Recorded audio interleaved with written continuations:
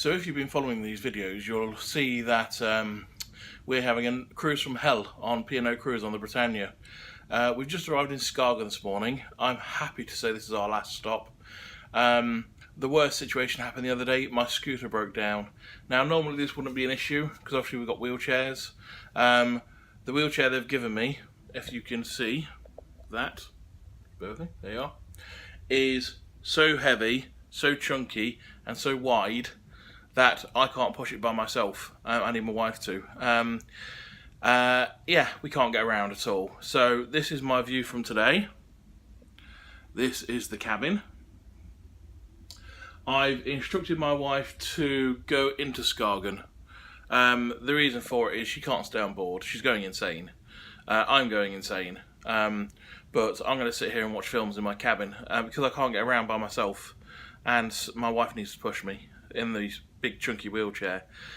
We spoke to P&O, and when we got to Copenhagen yesterday, we were there for 10 hours. We were in port for 10 hours.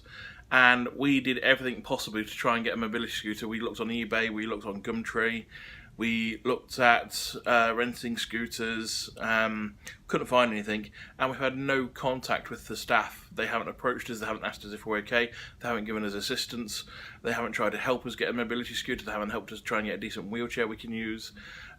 We've just been ignored. So we are back in Southampton day after tomorrow. We're in hell. And we really want to come home, and it's the worst holiday possible.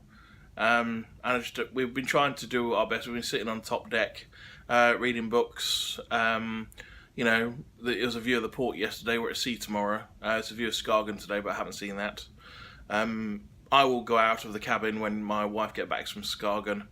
Yeah, and we'll see how we get along, but there will be big complaints coming. We're not the only ones complaining. There's a group of us who are in the same situation.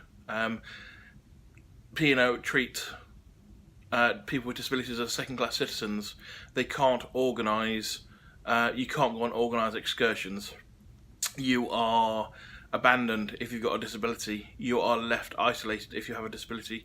There is no support from the staff. It is one of the worst experiences I've ever had. And there is a group of us who are going to put in a formal complaint. Some people are saying it's a disability discrimination about what's happened because they're saying you can only do this if you're fully mobile, you can only do this if you're not in a wheelchair, you can only do this if you're not in a scooter. And it's just not right. It really isn't. It's absolutely atrocious, and it's cost us £4,000 to get this treatment.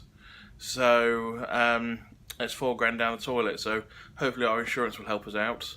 I'm hoping this will go viral. We've got 3,000 hits on the other video. I'm hoping this one will get more. Please share it. Please advertise what P&O have been doing and how they treat their disabled customers, because I would not recommend a cruise for anyone who has a disability. It is, I've said before, it's the worst experience of my life, and I've got spinal damage, and this feels a lot worse because I knew that I would have spinal damage the rest of my life. This is only for a short period of time. I know that sounds over the top, I know it sounds stupid, but this, the way you've been treated, makes you feel like shit. It really does. And we shouldn't do so. I'm going to put on Beauty and the Beast. It's one of the movies you don't have to pay for, which is great. Wi-Fi is £25 a day, by the way, on P&O Cruises. It's an absolute rip-off. £6.50 for a bag of Maltesers, £3.50 for a packet of Pringles, which you can get from the pound shop at home. So we're target audience, but it's like being in an airport. It's a floating airport. Yeah. So please watch this video. Please share it. Please like it. Please hate it. Please comment on it and get it out as soon as possible. Thank you. Bye.